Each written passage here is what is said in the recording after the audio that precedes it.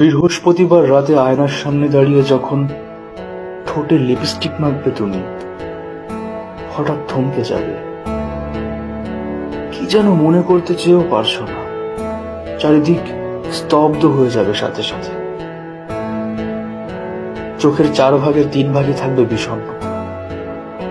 একদম শেষ কোণের 1 ভাগে থাকবে স্বামীর আদর।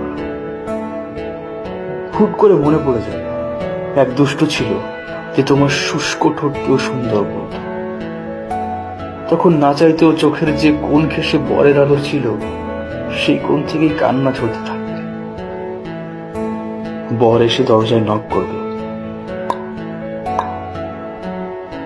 শাড়ির আঁচল দিয়ে চোখ মুছে দরজা খুলবে তুমি। সে কিছুই বুঝবে না, আর তুমিও কিছু বুঝতে দিবে না।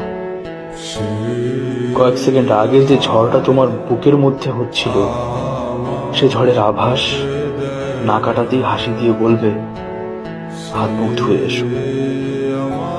প্রকৃতি শিখিয়ে দিবে জীবন চলার পথে অনেক কিছু ঢেকে রাখতে হয়, অনেক কিছু।